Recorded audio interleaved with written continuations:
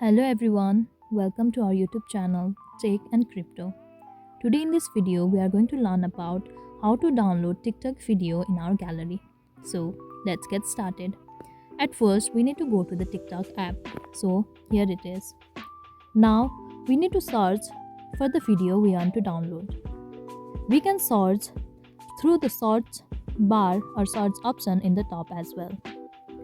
So now, after reaching to the video we want to download, we can see a right facing arrow with a share option in the right side. So we simply click on it. On clicking, we can see a down facing arrow which has written save video.